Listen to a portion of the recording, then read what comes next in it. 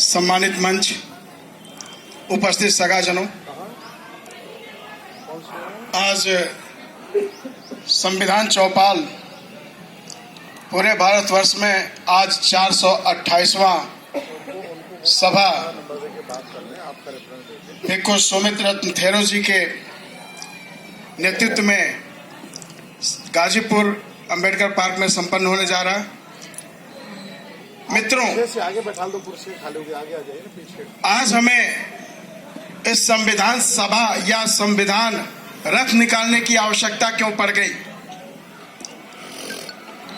अगर हम ध्यान दें, हम बहुत तरह की किताबें, धार्मिक या अधार्मिक, सामाजिक, सारी किताबें पढ़ते हैं, लेकिन न तो इस देश में किसी शासक ने और न किसी राजनीतिक दल ने और न ही लाल किले के प्राचीर से कभी संविधान की उद्देशिका का पाठ किया गया हो। इवन आज भी स्कूल कॉलेजों में जब गणतंत्र दिवस होता है तो लोग खाना पूर्ति करके चले जाते हैं। उस गणतंत्र दिवस की उद्देशिका जो हमारे संविधान की प्रस्तावना है, प्रियम्बल है, उसके बारे में कभी बताने का कोई कष्ट नहीं किया, और इसका परिणाम आज हमारा संविधान खतरे में है।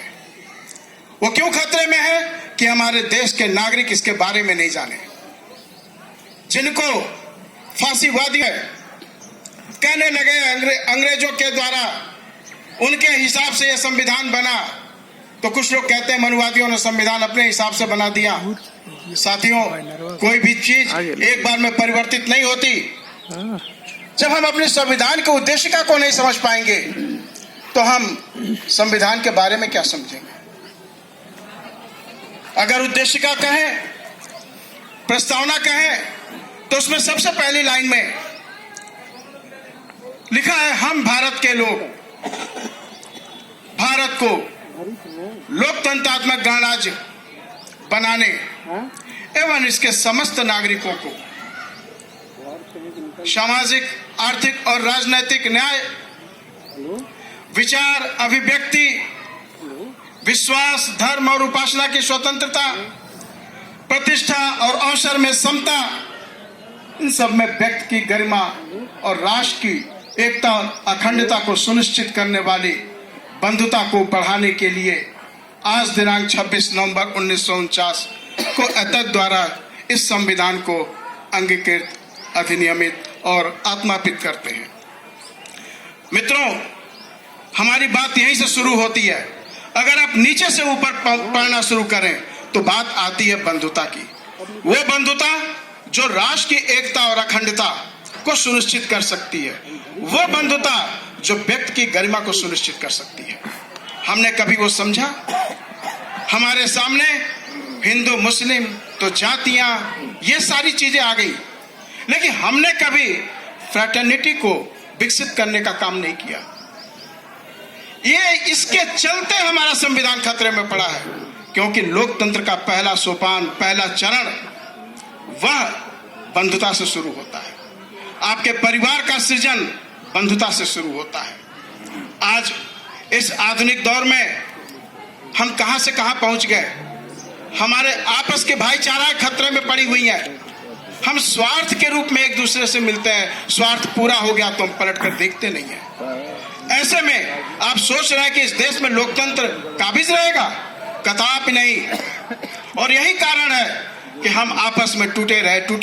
अरे जिन्होंने बांटा, हम तो अपने परिवार में बट के रह गए। हमारे परिवार को किसने बांटा? वो बंधुता। बाबा साहब के उदाहरण को देकर मैं अपनी बात समाप्त करूंगा। काफी लोग हमारे बैठे हुए हैं और हमको माननीय भंते जी को भी सुनना है। 3 अक्टूबर 1956 को दिल्ली आकाशवाणी से बाबा साहब का एक भाषण प्रसारित हुआ।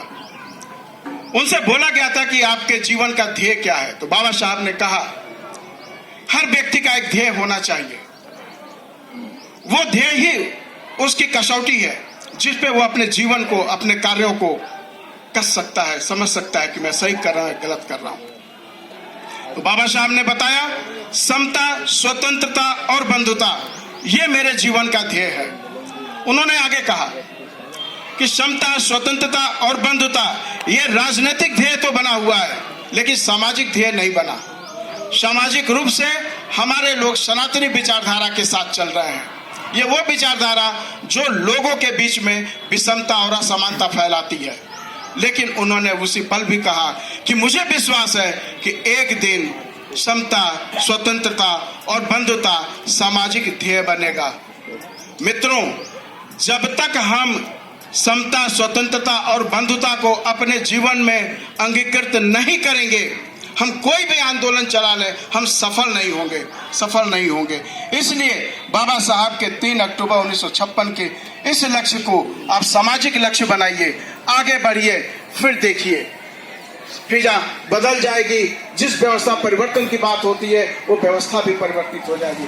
मैं इसी के साथ आप सभी को, आपने हमें सुना उसके लिए धन्यवाद देता हूं और इस मंच का आभार प्रकट करता हूं। इन्होंने मुझे मौका दिया। जय भारत, जय संविधान, जय जोहार।